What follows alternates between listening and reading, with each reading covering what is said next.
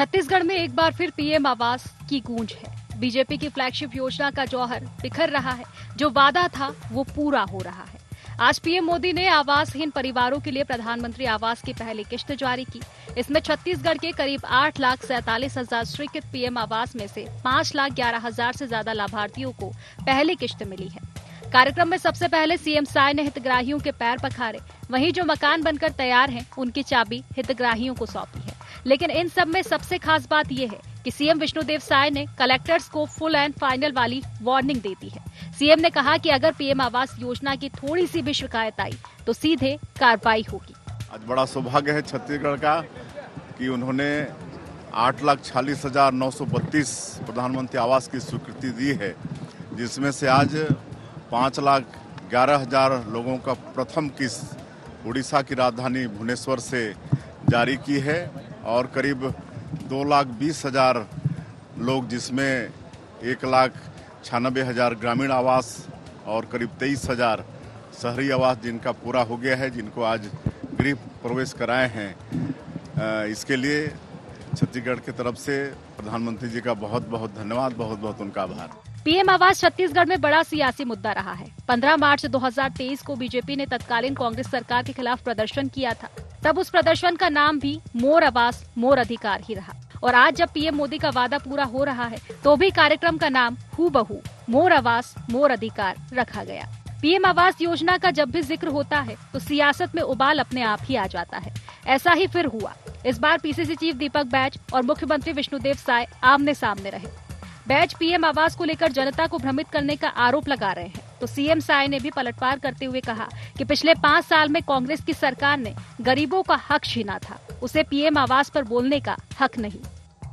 मुख्यमंत्री जी बड़ा दावा करते हैं 18 लाख लोगों को हम पीएम आवास देंगे। जरा सूची बता दे कितने 18 लोगों को मिल गया है क्या पीएम आवास? अरे तो पीएम आवास दिलाने के लिए तो पहला जब सरकार बनी, मेरे ख्याल से उसी दिन या दूसरे दिन मंत्रालय में इनकी बैठकें हुई, उसी दिन उन्होंने स्वीकृति कर दी थी 18 लाख आवास।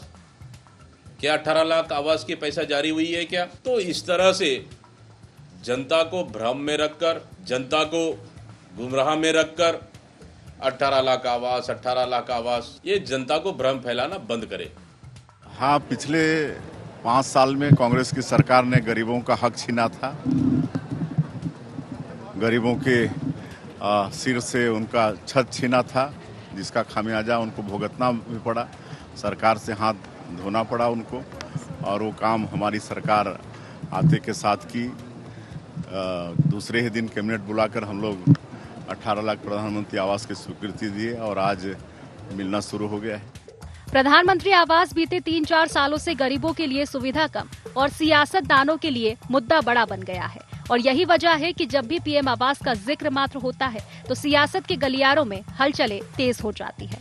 बहरहाल भाजपा सरकार ने अपना वादा निभाते हुए गरीबों को आवास देने की शुरुआत तो कर दी है, मगर इस पर जारी सियासत का अंत कब तक होगा, ये देखने वाली बात होगी। रायपुर से स्टेट हेड निधि प्रसाद की रिपोर्ट।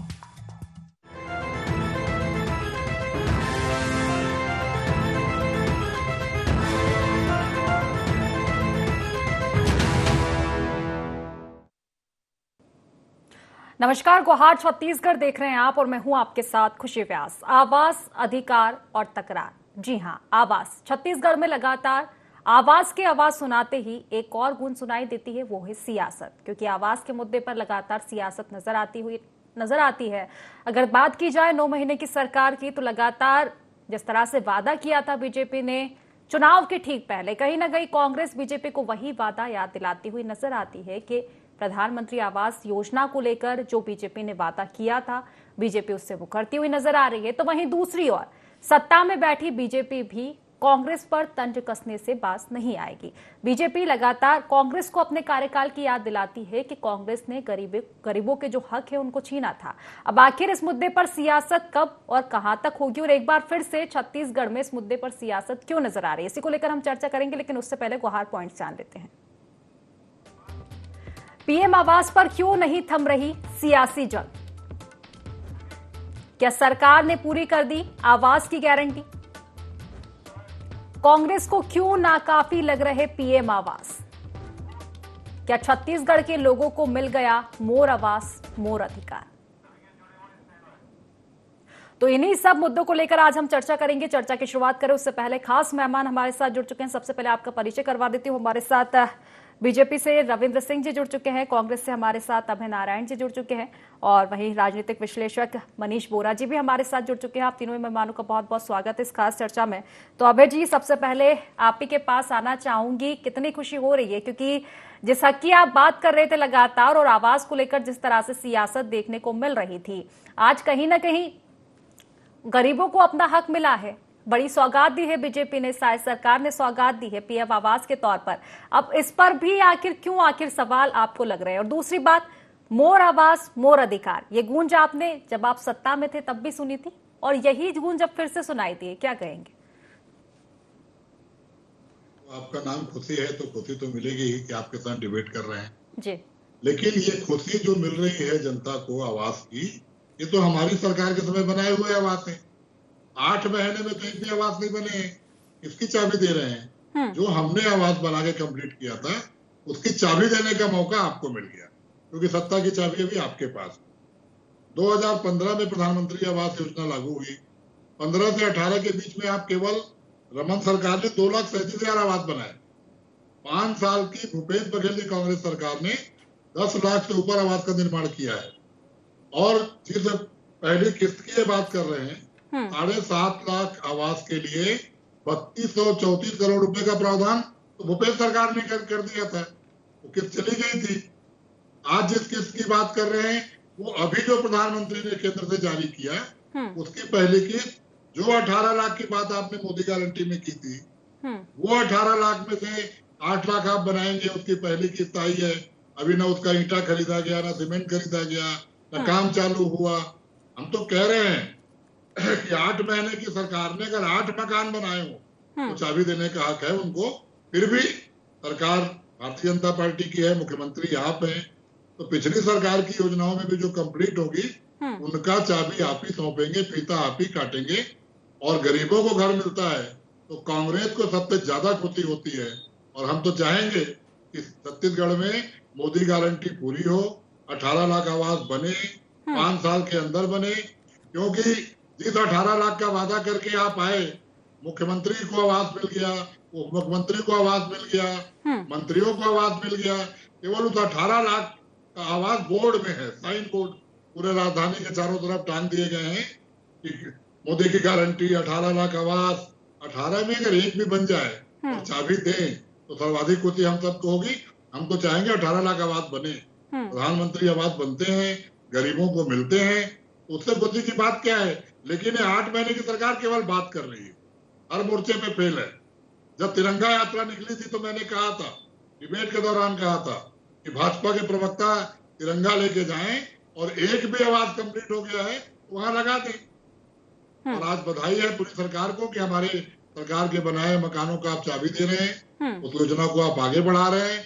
हम तो चाहे, हमने तो सर्वे करा लिया था, 6.5 लाख का सर्वे सरकार ने, प्रदेश सरकार ने कराया था, उनकी योजना की पहली किस्त भी हमने डाल दी थी। तो आज आप 18 लाख में से कितने मकान बनाए उसका सूची जारी करना चाहिए कि हमारी सरकार शपथ ग्रहण के बाद, विष्णुदेव सरकार के शपथ ग्रहण के बाद विष्णुदेव सरकार ने 18 लाख में से कितने मकान बना दिए और कितने को उस मकान की चाबी मिल रही है, इसकी सूची सार्वजनिक करना चाहिए। चलिए ठीक है, जवाब ले लेती हूँ मैं रविंद्र जी से। रविंद्र जी, देखिए एक ही सुर सुनाई दे रहे हैं कांग्रेस की ओर से कि वादा ना तोड़। ठीक है, स्वागत कर रहे हो आपके इस कदम का कि गरीबों को हक मिला है, लेकिन वादा तो 18 लाख का था। क्या हो गया, 18 लाख भी मिलेगा। 5 साल की सरकार है, अभी तो 1 साल हुआ है। 1 साल में 18 लाख दे दे तो फिर बाकी 5 साल बचता क्या है। सबसे बड़ी बात है, कांग्रेस जो प्रधानमंत्री आवास योजना के बारे में बोलती है ना, तो किस लिपि में बात करती है मैं बताऊं? सिंधु घाटी सभ्यता की लिपि में, जिसकी लिपि तो है, जिसको कोई नहीं पढ़ सका, कोई नहीं समझ सका, वैसी कांग्रेस तर्क देती कि हम लोग इतना बनाए, इतना पैसा दिए। मैं आपको बता रहा हूँ नारायण जी, आप पहला लाइन जो पूछ रहे थे, दिसंबर से अभी तक हमने 1,66,852 मकान बनाए, मतलब प्रति माह करीब 23,000 मकान बनाए। भूपेश बघेल जी के समय 1,500 मकान बनते थे महीना। और सबसे बड़ी बात है, ये प्रधानमंत्री आवास योजना के मामले में जो कांग्रेस थी ना, मरीज थी, बीमार थी। और बीमार व्यक्ति जब डॉक्टर को ज्ञान देता है ना, तो डॉक्टर की बुद्धि पे तरस नहीं आता, मरीज के ज्ञान पे तरस आता है। जब 3 बार केंद्रीय सचिव ने आपको पत्र लिखा कि भैया हमने 60% आपका दे दिया पैसा, आप 40% राज्यांश दे दो, आपने कभी नहीं दिया। उसके बजाय आप बहाने मारते रहे। क्या बहाने मारते रहे मैं बताता हूँ कि प्रधानमंत्री आवास योजना में 60-40 का रेशियो है, ये 90-10 का होता तो हम दे देते, और इसमें तो प्रधानमंत्री शब्द जुड़ा हुआ है, हम क्यों दें? हमारा कोल का पैसा रखा है आपने, जीएसटी का पैसा रखा है, ये सब देते तो हम राज्यांश देते। बहानेबाजी थी आपकी, और यही सी कारण था कि छत्तीसगढ़ की जनता से आपने ना उनका छत छीन लिया। आज जो बोल रहे हैं, आज भी हम लोग 5,11,000 लोगों के डायरेक्ट उनके उसमें अकाउंट में पैसा डाला है। कांग्रेस को तकलीफ है। क्या होता है जब असफल व्यक्ति होता है और जो क्या कहते हैं निष्क्रिय होता है, वो सोचता है कि ये भी कुछ ना करे तो ज्यादा अच्छा है। अब जब करता है ना तो उसकी टांग खींचता है। कांग्रेस जिंदगी में टांग खींचेगी। प्रधानमंत्री आवास योजना में पूरे देश में सबसे असफल सरकार रही तो पश्चिम बंगाल पहले नंबर पे, दूसरे नंबर पे कांग्रेस की सरकार, छत्तीसगढ़ की सरकार। मतलब सोचिए कि अन्य राज्य कर रही थी, लेकिन कांग्रेस की भूपेश बघेल की सरकार को केंद्र की सरकार से इतना चिढ़ था कि कहीं ये बना देंगे तो इसका श्रेय न ले जाए, और उस चक्कर में गरीबों का नुकसान किया और कुछ भी नहीं। मैं एक दो महत्वपूर्ण बात कहना चाहता हूं कि भारतीय जनता पार्टी कितनी गंभीर है। अभी का जो बजट पेश हुआ केंद्र सरकार का, 10 लाख करोड़ का बजट पेश हुआ प्रधानमंत्री आवास योजना के लिए। सबसे बड़ी योजना और सबसे बड़ी राशि हमने दिया है, और ये कह रहे हैं हमने कंटिन्यू पैसा दिया है हमारी सरकार के आने के बाद से। विष्णुदेव साय जी ऐसे मुख्यमंत्री थे जो अपने आवास में नहीं गए। आप बोल रहे थे मंत्री को मिल गया आवास, मुख्यमंत्री को मिल गया। विष्णुदेव साय जी अपने घर नहीं गए, पहले उन्होंने स्वीकृति दी। पहले कैबिनेट स्वीकृति देता है, उसके बाद अलॉटमेंट होता है। आपने तो वो भी नहीं किया। 3 बार पत्र लिखा गया। और टी.एस. सिंहदेव जी से पूछिएगा जरा उनके दिल को कितना दर्द हुआ कि उन्होंने इस्तीफा दिया। तो इन्होंने इस्तीफा में लिखा कि मैं पंचायत एवं ग्रामीण विकास का मंत्री होने के नाते प्रधानमंत्री आवास योजना को असफल मानता हूं क्योंकि हमने किया नहीं, और क्षमा प्रार्थी होते हुए मैं इस्तीफा देता हूं। इससे अभय नारायण जी इत्तेफाक नहीं रखते क्या? या तो टी.एस. सिंहदेव गलत थे या इनके झूठे मुख्यमंत्री भूपेश बघेल सही थे। तो इनको स्पष्ट करना चाहिए प्रधानमंत्री आवास योजना में भूपेश बघेल और कांग्रेस की सरकार पूरी तरह सफल थी। ठीक है, चलिए जवाब लूंगी मैं अभय जी से। उसके पहले ठीक है, उसके पहले मनीष जी से प्रतिक्रिया ले लेती हूँ। मनीष जी देखिए, आवास को लेकर सियासत छत्तीसगढ़ में तो नई बात नहीं है। बीजेपी सत्ता में थी तब भी सियासत अब देखने को मिल रही है। बीजेपी जब विपक्ष में थी, कांग्रेस सत्ता में थी, तब भी ये सियासत देखने को मिली थी। आवास को लेकर तो हालांकि चर्चा चलती ही रहेगी, लेकिन मनीष जी देखिए, एक बात और एक अनोखी आज देखी गई है कि 2 दिन पहले हमने देखा था सीएम साय एक नरम रुख के इंसान है। हमने देखा था कि जिस तरह से वो अपने कामों को संभाल रहे हैं, कहीं ना कहीं उनका रुख जो है नरम नजर आता था। लेकिन 2 दिन पहले बैठकें होती है एसपी कलेक्टरों की, जिस तरह से उन्होंने फटकार लगाई है एसपी कलेक्टर को, और अब आज एक बार फिर से एक और आवासों का वितरण किया गया, तो दूसरी ओर उन्होंने कलेक्टरों को भी ये चेता दिया है कि अगर कोई गड़बड़ी पाई जाती है तो निश्चित तौर पर कार्रवाई होगी। इसको कैसे देखते सर आप? देखिए, निश्चित रूप से एक चीज ये इस बात से इनकार नहीं किया जा सकता कि छत्तीसगढ़ के जो मुख्यमंत्री हैं विष्णुदेव साय, वो सहज हैं, सरल हैं और मृदुभाषी भी हैं। लेकिन शासन चलाने के लिए आपको साम दाम दंड भेद अर्थ भेद सबका उपयोग करना चाहिए। अभी तक उन्होंने सरलता से काम किया था, सज्जनता के साथ काम किया था, लेकिन जिस प्रकार से सरकार की छवि जो है वो बन रही थी प्रदेश के अंदर में, उसको लेकर के चारों तरफ एक चिंता का माहौल था, क्योंकि एक ऐसा लग रहा था कि सरकार नाम की कोई चीज छत्तीसगढ़ में काम नहीं कर रही है। एक अराजकता का माहौल दिख रहा था, जिस बात को कांग्रेस लगातार उठा भी रही थी, और इसका प्रमाण भी ये था कि लगातार कांग्रेस जो है छत्तीसगढ़ में भाजपा की सरकार पर बहुत अल्प समय में आक्रामक रुख अख्तियार करके और लगातार आंदोलन कर रही थी। तो ये जो स्थितियां बन करके आ रही थी छत्तीसगढ़ में, और एक जो छवि सरकार की बन रही थी, उस छवि से बाहर निकलने का एक ये प्रयास है। चाहे कलेक्टर और एसपी कॉन्फ्रेंस ले लें, उसके बाद अभी प्रधानमंत्री आवास योजना को लेकर के जिस प्रकार से उन्होंने अपना वक्तव्य दिया है उसको ले लें, ये सीधे तौर पे दिख रहा है कि सरकार के रूप में मैंने सजगता से काम किया है, लेकिन जहां पर आवश्यकता होगी वहां पर हम सख्त भी होंगे और सीधे तौर पर कार्रवाई भी।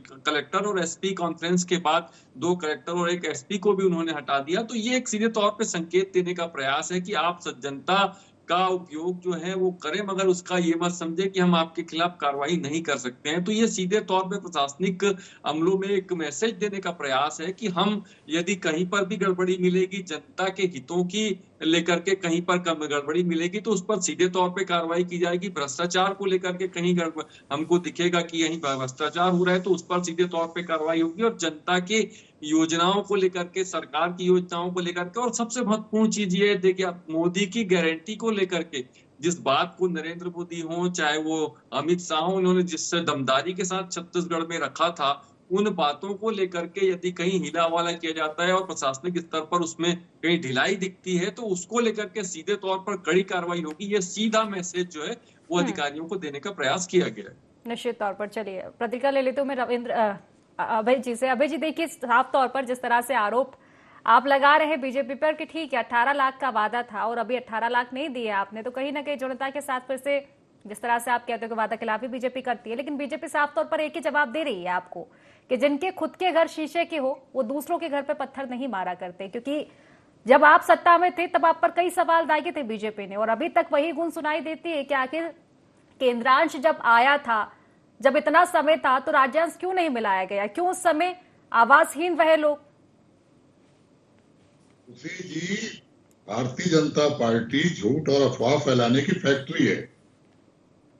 हमारे मुख्यमंत्री भूपेश बघेल ने 3 बार 4 बार प्रधानमंत्री को पत्र लिखा और अगर एक बयान दिया था, जब प्रधानमंत्री आवास योजना चालू हुई तो 90-10 थी, 90% केंद्र का होगा, 10% राज्य का, फिर 80-20 हुई और उसके बाद 60-40 नरेंद्र मोदी जी ने कर दिया इसको। तो मुख्यमंत्री जी ने और कांग्रेस ने कहा था कि जब 60-40 कर दे रहे हैं तो प्रधानमंत्री आवास क्यों, 40% तो मुख्यमंत्री का पैसा लग रहा है, राज्य का पैसा लग रहा है।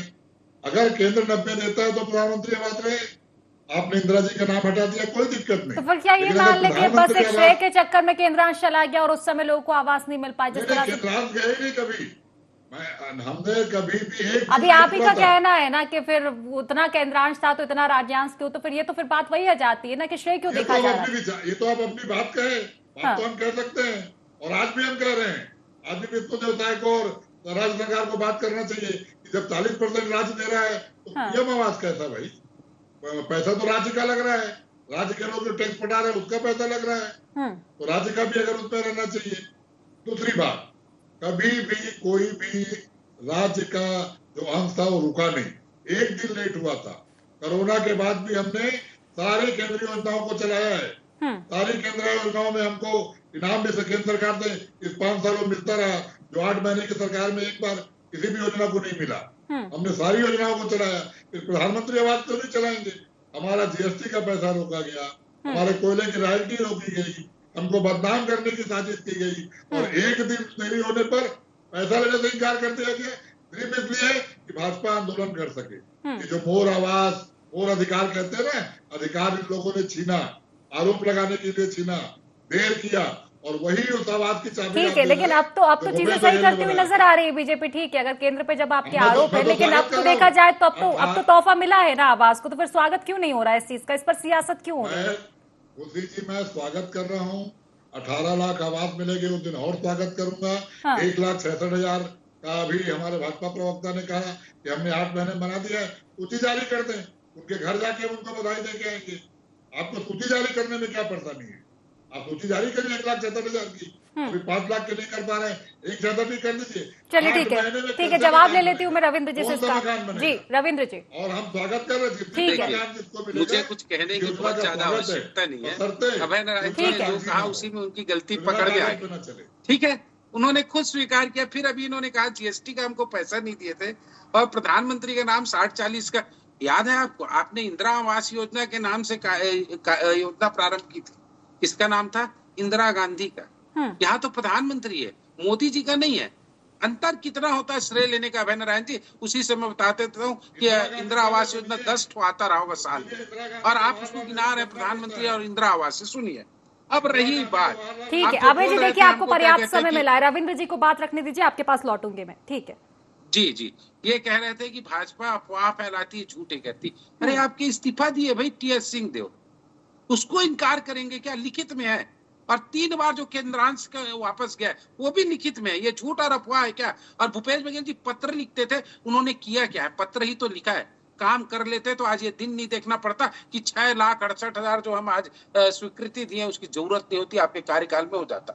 अन्य राज्यों का जीरो आया, छत्तीसगढ़ का इसलिए आया क्योंकि आपने दिया नहीं था, नहीं तो ये नहीं होता है, पहले बन चुका होता। तो अफवाह उड़ा रहे हैं। यदि आपके डाटा है आप निकाल लीजिए टीएस सिंहदेव का इस्तीफा या 3 बार जो केंद्रांश आया था उसका मैं रिकॉर्ड बता देता हूँ। सितंबर 2021 में लेटर जारी हुआ, सब बता दूंगा। झूठ हम नहीं फैलाते। भूपेश बघेल जी झूठ फैलाते थे, नाटक। क्या कहा उन्होंने कि मैं प्रधानमंत्री आवास योजना के बजाय मुख्यमंत्री आवास योजना प्रारंभ करूंगा और राहुल गांधी 20 सितंबर 2023 को प्रारंभ करेंगे। कहाँ गया वो? आपको प्रधानमंत्री आवास योजना करते नहीं बना, आप मुख्यमंत्री आवास योजना करेंगे। हद नौटंकी थी कांग्रेस में और इसी कारण है गरीबों का आह लगा, गरीबों का पाप लगा। आप पापी थे, इसलिए सरकार से आप बाहर हुए। आपने काम किया होता मुझे शर्म आती है। ठीक है, आपकी इन्हीं बातों का जवाब ले लेती हूँ मैं। ठीक है, इन्हीं बातों का जवाब ले लेती हूँ मैं अभय जी से। अभय जी देखिए, एक बात कही जाती है, बीती बातें बिसार दी। ठीक है, अगर बीती बात को भूल भी जाते हैं कि आपके कार्यकाल में क्या हुआ था क्या नहीं हुआ था, लेकिन अभी जिस तरह से आरोप है आपके बीजेपी पे 18 लाख का वादा पूरा नहीं किया, लेकिन कहना है बीजेपी का कि अभी तो 9 ही महीने हुए हैं। नहीं लगता कि इंतजार करना चाहिए जिस तरह अपने कार्यकाल में आपने 5 साल किया था? आपने कहा कि हम इंतजार कर रहे हैं कि होर्डिंग बोर्ड से निकल के धरातल पे उतरे, धरातल पे ईंट सीमेंट का मकान बने, होर्डिंग बोर्ड पे मकान न दिखाएं। हम तो स्वागत करेंगे। हमने कहा कि सभी को आवाज मिल गया, विधायकों को मिल गया, मंत्रियों को मिल गया, मुख्यमंत्री जी को मिल गया, उप मुख्यमंत्रियों को मिल गया, तो गरीबों को भी मिले। मोदी की गारंटी है तो पूरा हो, लेकिन 8 महीने में ईंट रखने का भी काम नहीं हुआ है, ये हमारा आरोप है। और अगर 1,76,000 मकान बने, सार्वजनिक कर दीजिए सूची तो जारी हो जाएगा कि हमने बनाया कि इन्होंने बनाया। गरीबों को मकान मिलना चाहिए, इसका स्वागत है, लेकिन कागज पे ना मिले, होर्डिंग बोर्ड पे ना मिले, गाँव में बने। चलिए ठीक है, समय की कमी। एक अंतिम प्रतिक्रिया मनीष वोरा जी से लूंगी, उसके बाद चर्चा को समाप्त करूंगी। मनीष जी देखिए, आवास एक ऐसा नाम है जिसको लेकर आवास का नाम सुनते ही सियासत कहीं ना कहीं छत्तीसगढ़ में शुरू हो जाती है। आवास के साथ एक नाम जुड़ चुका है, वो है सियासत, क्योंकि काफी लंबे समय से सियासत होती आ रही है। हालांकि जिस आवास को लेकर सियासत हो रही थी पिछले कुछ दिनों से, कुछ महीनों से, कहीं ना कहीं वो तोहफा अब गरीबों को मिला है, उनको हक मिला है। ठीक है, 18 लाख नहीं मिला, लेकिन जिस तरह से बीजेपी का कहना है कि थोड़ा सब्र किया जाए, किस तरह से आप देखते हैं इस आवास को लेकर सियासत को? देखिए, निश्चित रूप से एक बात ये सच है कि छत्तीसगढ़ में जब कांग्रेस की सरकार थी उस दरमियान आवास को लेकर के भारतीय जनता पार्टी सबसे ज्यादा आक्रामक रूप से आई थी और सबसे बड़ा आंदोलन यदि किसी बात को लेकर उन्होंने किया था तो प्रधानमंत्री आवास को लेकर के किया था। और इस पर कांग्रेस को जाकर के अंतिम समय में जो है वो बैकफुट पे आना पड़ा था। उन्होंने एक नई योजना लेकर के मुख्यमंत्री आवास योजना के नाम से और गरीबों के खाते में पैसे ट्रांसफर करने का प्रयास किया था। लेकिन अभी देखिए, उसके बाद में अब जब बीजेपी की सरकार आई है तो जो 2 बड़े लोग चीजों को लेकर के उन्होंने कांग्रेस की सरकार पर हमला किया था, उन दोनों ही वादों को पूरा करने की दिशा में चल रहे हैं।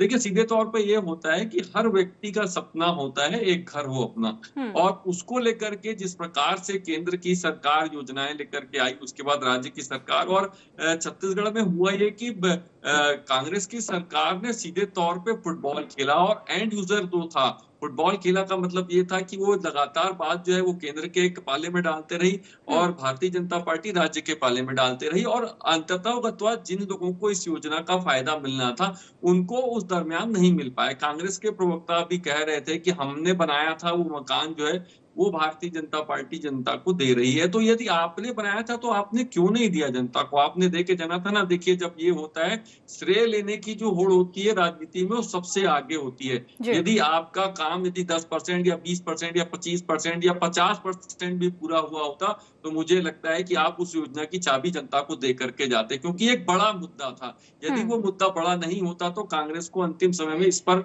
बैकफुट में जाकर के निर्णय लेने की आवश्यकता नहीं पड़ती। और आज भारतीय जनता पार्टी यदि दे रही है तो मुझे लगता है कि भाजपा ने जिन बातों को लेकर के जनता के सामने कांग्रेस के खिलाफ गई थी उन बातों को वो पूरा करने का प्रयास कर रही है। और आज यदि जिन लोगों को मिल रहा है, मुझे लगता है कि एक जो सपना होता है हर व्यक्ति का, जो चाहे वो गरीब हो, किसान हो, मजदूर हो, सबका एक सपना होता है अपना घर होने का, तो वो जो सपना पूरा करने का प्रयास भारतीय जनता पार्टी कर रही है, तो मुझे लगता है कहीं ना कहीं जाकर के इन चीजों का फायदा सीधे तौर पे भाजपा को यहाँ पर छत्तीसगढ़ में मिल रहा है।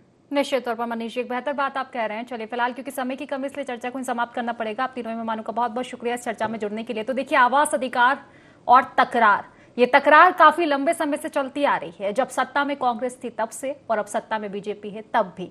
आखिर देखने वाली बात होगी कि आवास को लेकर ये तकरार कहां तक चलती है, क्योंकि कांग्रेस अभी भी हमलावर है बीजेपी पे। हालांकि बीजेपी ने सौगात दी है आम जनता को, गरीबों को उनका हक दिया है, लेकिन कांग्रेस फिर भी इसका स्वागत नहीं कर पा रही। आखिर क्या कुछ कारण है, आखिर क्यों सियासत अब भी आवास को लेकर देखने को मिल रही है, और आखिर कब तक ये सियासत होगी, ये देखने वाली बात होगी। तो फिलहाल गुहार छत्तीसगढ़ में बस इतना ही। आप बने रहिए ID24 के साथ। नमस्कार।